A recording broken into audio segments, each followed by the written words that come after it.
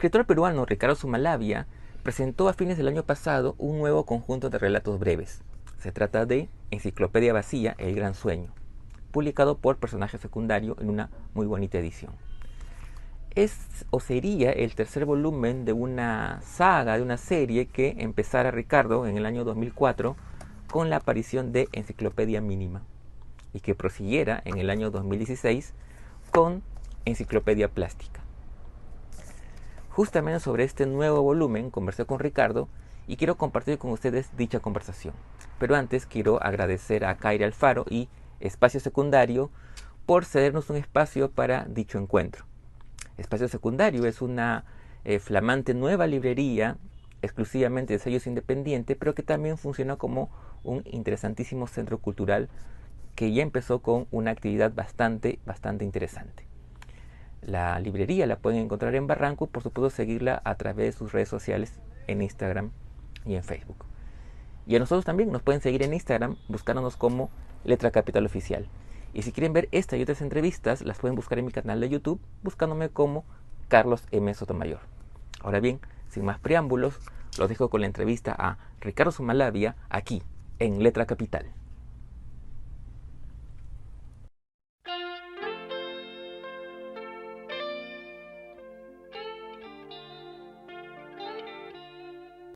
Hola Ricardo, ¿cómo estás? Primero que nada, gracias por tu tiempo, siempre es un placer conversar contigo. Y ahora, a propósito de un nuevo libro que es Enciclopedia Vacía, El Gran Sueño, publicado por Personaje Secundario, y que de alguna manera es el tercer libro de una saga que empezara ya hace varios años con Enciclopedia Mínima. ¿Cómo estás, Ricardo? ¿Qué tal? Ya tenemos 20 años conversando ya de las enciclopedias, desde la primera Sí, publicación de Enciclopedia Mínima el 2004, ¿no? es verdad. Y luego Enciclopedia Plástica, que fue, Ujú. digamos, el segundo. Eh, bueno, yo quería un poco partir de una curiosidad que siempre me embarga, que es justamente el germen de los libros, ¿no? Cómo se van gestando. Eh, y claro, cuando uno lee tus libros de relatos o esta saga de las enciclopedias, uno encuentra pues que son libros orgánicos, ¿no? Que de alguna manera hay como hilos conductores a través de ciertas temáticas o atmósferas incluso, ¿no? Eh, en este libro, que está dividido en dos partes, además muy notoriamente, quería preguntarte un poco cómo surge la idea de este tercer volumen. Eh, cómo surge la idea del vacío, de esas cuestiones, y bueno, los temas que ya te preguntaré después, pero cómo surgen estos relatos que luego tú los agrupas en Enciclopedia Vacía y además en dos partes muy claramente Ujú. delimitadas, ¿no? Bueno, yo creo que por un lado, este libro, como muchos otros, en realidad son menos pensados de lo que parece, ¿no? Ujú. O en todo caso ya el pensamiento, la organización más racional viene posteriormente. Yo creo que varios de ellos, y también Enciclopedia Vacía y Gran Sueño, surgen un poco por impulsos, por cierto elan del momento, ¿no? Por cosas que esté viviendo, que esté leyendo, la suma de todo en realidad. Y, y claro, y en realidad sí, yo tengo pues un plan con los microrelatos de poder publicarlos progresivamente bajo los conjuntos titulados como enciclopedias. ¿Y por qué? Bueno, un poco retomo desde mi primer libro, Enciclopedia Vacía. Básicamente es porque la vida me ha llevado a tener diversas, distintas experiencias. Vida en Corea del Sur, últimamente vida también en Francia, en Burdeos, en el centro de Lima, mi infancia, en fin. Y luego también los ámbitos académicos, en mi labor ahora de director del Centro de Estudios Orientales, que obviamente explica un poco más esta tercera entrega de enciclopedias. Y creo que todo ello en algún momento busca salir, está buscando por qué puerta o por qué ventana asomarse. Y es así que en determinado momento, como ahora último, he estado en estos últimos años, desde que he vuelto a Lima hace ya 9 años, de estar muy conectado con los temas orientales, ¿no? Desde el punto de vista laboral y también docente, de investigación, mis lecturas. Estoy muy involucrado con la literatura coreana, japonesa, china, de la India. Y eso y eso obviamente pues ha dejado una huella, una impronta, pero que yo no he buscado, no he querido que el libro traduzca un conocimiento asiático específico, ¿no? No quiero que sea una versión literaria de lo que es el budismo o el taoísmo. No, en este caso es simplemente, como te digo, más de una manera intuitiva, luego de quizá de muchas lecturas, reflexiones al respecto, pero luego al momento de crear, quizás siguiendo alguna de estas escuelas budistas sobre todo, tratar de no racionalizar, ¿no? Lo cual se acerca también al surrealismo. El surrealismo francés también estaba muy, muy alimentado, muy nutrido por el budismo, que en esas décadas pues también todo ese conocimiento, sobre todo japonés, estaba entrando, el orientalismo, ¿no? Y entraba a Europa con mucha fuerza. Y en las décadas posteriores, mediados también del siglo XX. Y claro, yo un poco que retomo todas estas influencias de una manera muy dispersa y trato de darles pues cierta propuesta muy muy personal al momento de escribir Enciclopedia Vacía, que está, como te digo, todo esto oriental de una manera, y el surrealismo de una manera más evidente, pero también con lo que me tocó vivir en su momento, como a todos, la pandemia, y en mi caso la pérdida de la muerte de gente muy, muy cercana. Por eso es que el tema de por ejemplo, la materialidad, ¿no? Desde el cuerpo, las personas que tenías y ya no las tienes frente a ti, todo eso obviamente, además de que te afecta en lo más hondo, también te lleva pues a pensar, a sentir muchas cosas, a buscar plantearte mejor algunas preguntas, y que me ha llevado a aprender, quizás si algo hay que aprender, que no necesariamente, para algunas cosas yo solía, como muchos escritores decimos cuando escribimos, lo que buscamos es plantear mejor las preguntas, no necesariamente tener respuestas. Pero últimamente creo que he aprendido que en algunos casos a veces es suficiente tener la respuesta y no necesariamente tratar de racionalizar la pregunta. Que racionalizar la pregunta no necesariamente ayuda cuando ya tienes la respuesta. Eso depende de los casos. Quizá literariamente, acá lo que tengas sea algunas, ahora, respuestas sin preguntas previas. Ahora que mencionabas esto del surrealismo, pensaba que mientras leía el libro, que los relatos tienen justamente esa impronta medio fantástica, ¿no? Esa irrupción de lo fantástico, en algunos casos de lo onírico incluso, ¿no? Tiene que ver mucho con eso, con esa influencia, digamos. Sí, mira, yo he publicado relatos fantásticos, ¿no? En forma también en microrelato, en los textos anteriores, cuentos un poco más largos, pero lo que pasa con lo que yo escribo también, y tú lo sabes muy bien, es que no necesariamente me ciño a pie juntillas con los géneros, digamos, ¿no? Si bien he practicado el género fantástico, siempre termino pues sacándole la vuelta a lo fantástico. Si escribo algo policial, también termina siendo algo más allá del policial. Y en este caso también, bajo la influencia del surrealismo o del orientalismo, también es eso y es otra cosa, ¿no? Y creo que es lo que lo que tengo ese impulso de siempre traicionar los géneros, traicionar las formas, ¿no? Y este libro también, como con Enciclopedia Plástica o Enciclopedia Mínima, si bien tiene un formato, digamos una proximidad más asiática, orientalista, en realidad también puede ser muy, muy limeña de alguna manera. Claro, hay relatos fantásticos en el doble sentido de la palabra que a mí me han encantado. Por ejemplo, el de las monedas, ¿no? Que es una mujer que está buscando las monedas en el bolsillo y no las encuentra. Y claro, lo genial para mí es cómo comienza a reflexionar en torno a eso, ¿no? Y todas las posibilidades que surgen a partir de ese no hallazgo, digamos, ¿no? Y que nos podría llevar a una lectura respecto a la memoria, ¿no? O al vacío de la memoria, o como ella dice, al hueco de la memoria, y luego el final, que aparece por ahí, como digo, el elemento como fantástico, ¿no? Y de repente, ya cuando ha decidido ya no pensar más en el tema porque no encuentra mayores respuestas, las monedas aparecen, un montón de monedas que aparecen, ¿no? Eso está en muchos relatos, van así, ¿no? De repente... Quizás ese texto es el más emblemático en tanto, si bien tiene el formato de lo fantástico, a diferencia, justamente te acababa de hablar que algunos textos, algunas exploraciones literarias no necesariamente encuentran sus preguntas. En este caso, buscar la pregunta está explicarse las cosas a través del lenguaje. O sea, que el lenguaje, que la palabra, las palabras, traten de aproximarnos a una posible explicación de lo que acontece, ¿no? Por eso ahí en ese texto habla, incluso en francés, de un trou de mémoire, que literalmente es un hueco en la memoria, ¿no? Entonces me llamaba la atención lo que es un hueco, un espacio físico, aparentemente un espacio concreto, percibible, tangible, y la memoria, ¿no? Que no necesariamente es un juego de palabras, obviamente, hay un sentido figurado, pero cómo se puede jugar desde lo literal de cada palabra, de cada expresión, y también con el sentido figurado, o sea, digamos, cómo dentro de lo literario esos planos se pueden superponer también. Claro, y hablando, digamos, de planos superpuestos, hay otro relato que me pareció genial, que es secuencias personales, ¿no? Donde hay una, digamos, es la idea del doble, pero multiplicado, ¿no?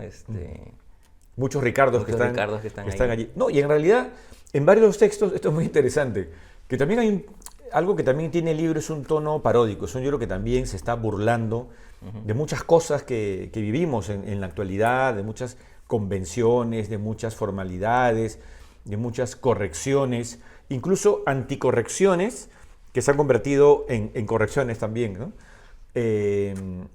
Y que cumplen, como te digo, diversos roles. Acá trato un poco también de burlarme, está ese tono jodón que también aparece en Croac y El Nuevo Fin del Mundo, porque de hecho fueron libros que se escribieron simultáneamente. Y en este caso particular, también hay aquí, por ejemplo, en el tema de los dobles, esos Ricardos, me dije, por algunos escritores, escritoras, hay una práctica de la autoficción y otros que reniegan de la autoficción, ¿no? Que me parece que no vale la pena renegar de una estrategia literaria, es absurdo renegar, simplemente no la apliques y ya. Claro. Pero me burlo un poco de eso y dije, bueno, ¿por qué no escribo microrelatos donde voy a poner a Ricardo, donde tienen muchos elementos míos personales, pero también juego, le doy todo un giro? Pero si tuvo al inicio, como ese texto que mencionas, de secuencias personales, tuvo un inicio divertido, irónico, en la segunda parte, en El sueño de mis muertos, allí cambia. Allí cambia. Si bien está el elemento fantástico, surrealista, dislocado, ya ese Ricardo está aquí, es el Ricardo que está acercándose al recuerdo de la familia, ¿no? La memoria de la familia, las posibilidades del recuerdo de la familia. Ya hay un tono, diría quizá algo triste, algo melancólico, que tiene que ver también con mi espíritu del momento, y que también eso explica el porqué del formato del libro, que también lo quise pensar casi como si fuera un poemario, ¿no? En el poemario, pues, digamos, si bien en la narrativa el narrador está muy presente, pero el narrador se traviste más fácilmente, en el caso de la poesía no necesariamente es así. Al contrario, la voz del poeta está mucho más presente, es mucho más visible la imagen o las imágenes del poeta, ¿no? En estos microrelatos tuve más una actitud poética, digamos, ¿no? Aunque ya sabemos, hay críticos estudiosos que dicen que el microrelato es un texto en prosa, pero con una actitud poética, claro. Pero aquí es mucho más consciente, digamos, ¿no? Y eso creo que está mucho más en la segunda parte.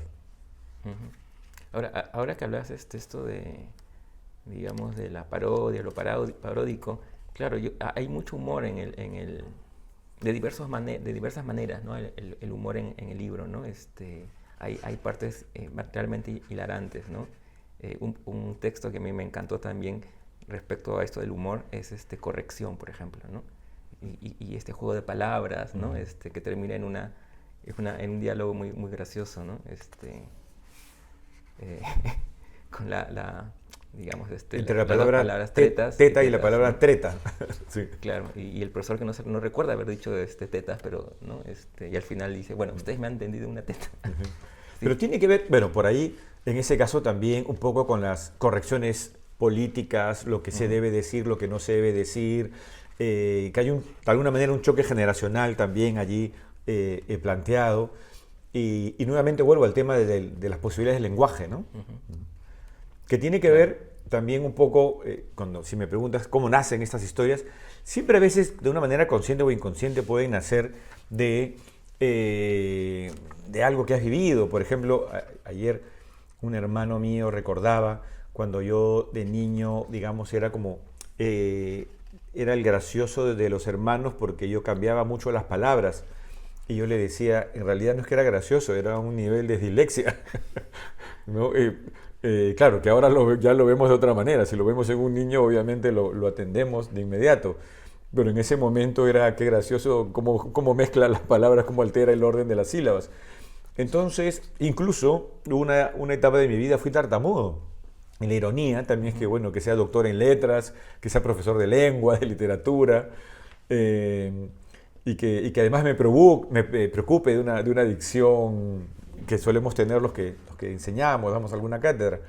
Pero como te digo, de repente todo este pasado en broma que te cuento, esta anécdota familiar, personal, de alguna manera también me ha llevado pues a mi preocupación por el lenguaje, ¿no? Es decir, justamente de lo que puede ser como una deficiencia, una condición, que ahora ya no se llamaría deficiencia, la corrección también, una vez más, sino una condición, ¿no?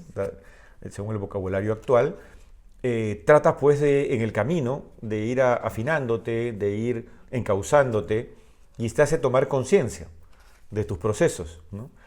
Y quizás ello de alguna manera está, creo yo, mucho en mis textos, y está sobre todo en las enciclopedias, porque es donde, salvo Cruac, que sería la excepción, en las enciclopedias es donde está más el humor, la ironía, ¿no? Aunque con Cruac, que Cruac pudo haber sido un segmento más, un apartado más de Enciclopedia Vacía. Es más, originalmente lo pensé así. Lo que pasa es que Cruac, esta rana, pues se independizó y creció y se aceleró, se adelantó, incluso se publicó mucho antes que concluyera este proyecto de Enciclopedia Vacía, El Gran Sueño. Pero claro, me contabas que iban los proyectos, digamos, en paralelo en su escritura. Iban en paralelo hasta que, claro, quien ganó por puesta de mano del proyecto acabado fue Cruac, y vino la publicación y lo demás, ¿no? Hay un texto que me parece como que un guiño a Cruac, ¿no? Sí. La rana que brinca, ¿no? Exacto. Y claro, se brinca del libro y se va a su propio libro. Exactamente, sí. De alguna manera, mis libros también se comunican. Incluso ahora veo también, y agradezco, ahí están las ilustraciones de Eduardo Tokeshi, que también se ha sumado a toda esta atmósfera vacía, ¿no? Como también la edición, ¿no? De personaje secundario, aquí a cargo de Caire Alfaro, que además ha seguido, pues, y ha sido un cómplice de tener este libro que no tiene contraportada, no tiene solapa, o sea, no hay textos, no hay paratextos, ¿no? Y era para dejarlo mucho más vacío. Y que puede ser divertido, pero de alguna manera también lo divertido contiene pues un mensaje, digamos, ¿no? Claro, exactamente. Y dime, la segunda parte, que es, digamos, la parte más que tiene que ver con el sueño, con lo onírico,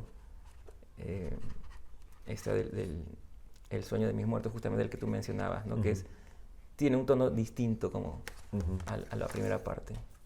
Sí, bueno, allí sí tenía muchas intenciones y había leído previamente muchos otros textos de sueños escritos por autores surrealistas, y todos eran bastante... A mí me divertían muchísimo esas exploraciones en el subconsciente, pero en este caso, claro, quería jugar a ello, no pretendía... tendría que mentir si digo, ¿no?, que cada mañana me despertaba y escribía lo que acababa de soñar. No es este el caso, pero digamos que utilizaba la estrategia, ¿no?, de construir sueños. Esa sección es la construcción de sueños. Y me gustó hacerlo como estrategia narrativa, y luego tocando como a distintos familiares, ¿no?, a la madre, al padre, a los hermanos.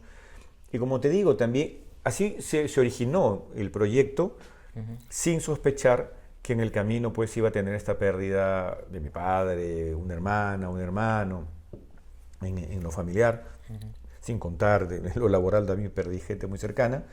Y claro, eso fue un golpe bastante duro para mí, y esta sección, El sueño de mis muertos, me ayudó justamente a también literariamente, bueno, sanar heridas, por qué no decirlo también de esa manera, pero por otro lado, trascender un poco más allá, acompañarme por estas acompañarme por estas ausencias, valga la contradicción y la paradoja, ¿no? Ujú. Eh, Otra curiosidad que tengo respecto a los textos breves, ¿no? Que como tú dices, hay parte de la crítica que la relaciona más a la poesía, ¿no? Por el trabajo del lenguaje, la concisión, etcétera. Eh, claro, la concisión, pero y al mismo tiempo como una frase puede detonar múltiples imágenes y posibilidades, ¿no? Eh, ¿Cómo es el trabajo en sí de la escritura de estos pequeños relatos? Porque se habla, por ejemplo, ¿no recuerdas que Cortázar decía que a diferencia de la novela, el cuento tenía que ganar por nocaut, ¿no? Que era como una pieza un poco más perfecta, un texto más breve. eh, eh, Me imagino que hay otra concepción al momento de buscar, digo, de repente tú me corregirás, pero la última frase que cierre, ¿no? ¿Cómo es el proceso de escritura Ya, bueno, en principio, si bien entiendo y sé que a mucha gente le gusta esta propuesta de Cortázar, del cuento que gana por nocaut, ¿no? El cuento visto como una burbuja, yo me he ido alejando, como te decía al principio, de repente al inicio quería acercarme a estas formas, pero luego terminaba yo traicionándome a mí mismo, y terminé entendiendo no que el cuento gana por nocaut, sino que lo dije, lo escribí en algún momento, en el prólogo de algún libro, que para mí es una suerte de como de un golpe suspendido, ¿no? Es decir, no creo ya en la unicidad clásica del cuento. Aunque podría escribir alguno y de repente lo tendrá, pero no es que lo busque, ¿no?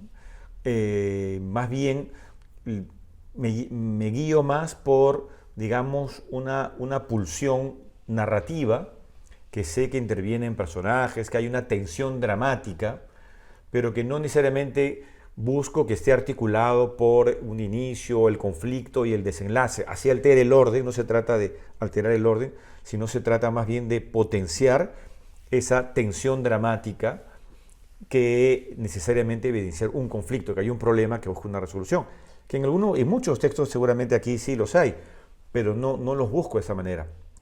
Y por otro lado, tampoco es que busque una frase final pensando en voy a cerrar el cuento perfecto como una burbuja o la palabra justa, ¿no? Esta expresión flaubertiana de le mot juste, sino más bien, porque tampoco creo en lo exacto, en la palabra precisa que decía Flaubert, porque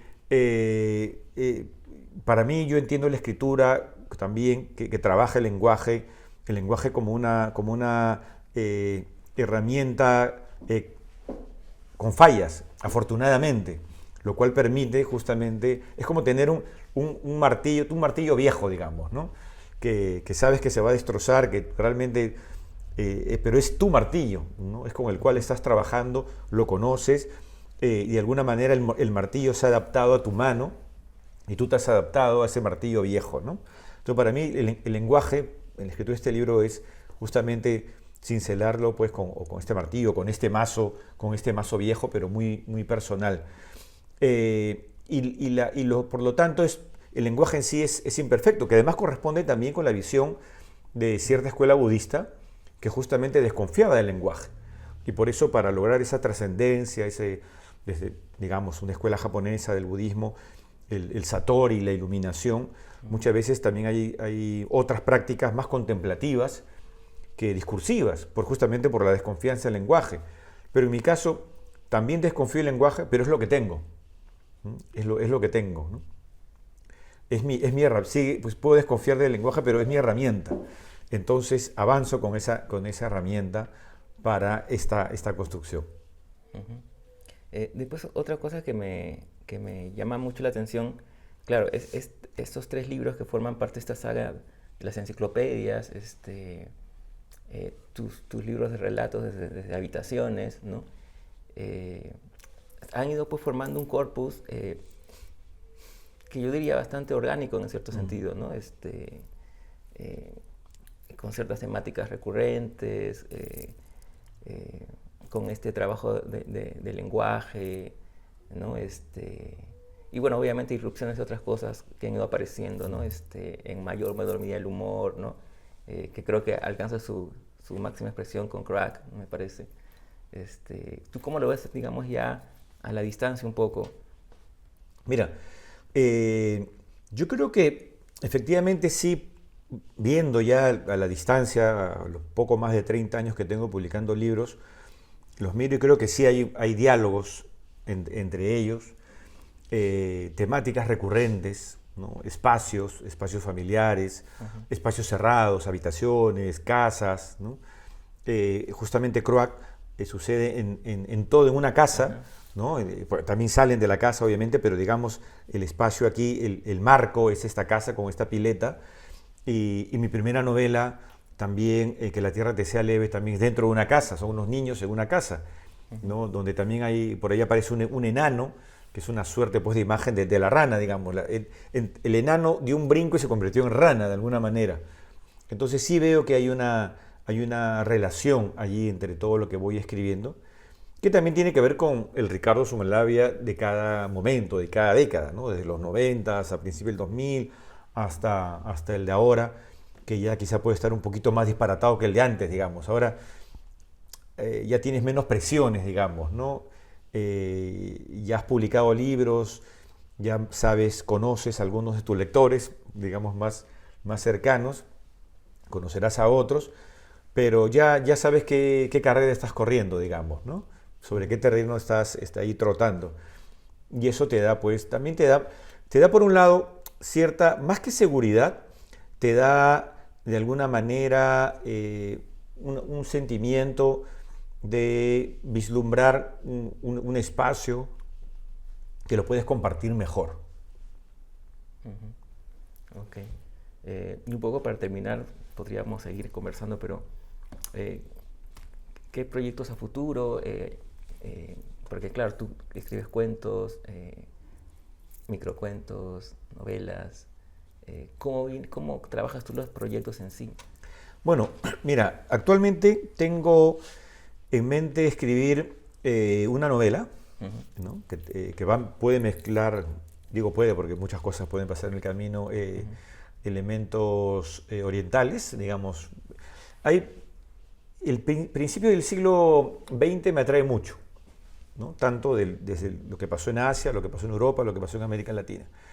Entonces me gustaría escribir una historia donde justamente hable de ese tránsito del siglo XIX al siglo XX, con personajes, literatos, un literato en particular peruano de finales del siglo XIX, principios del XX, con uno oriental, con uno coreano. Entonces me gustaría combinar ahí, armar una historia. Y luego tengo unos cuentos que los fui escribiendo mientras vivía en Europa y que estaban ahí encarpetados, unos cuentos más largos, y que yo me decía ya, los voy a retomar, pero ha pasado más de una década y ahí están. Entonces me he dicho, no, que van un poco más en el espíritu de retratos familiares. Entonces los quiero retomar también.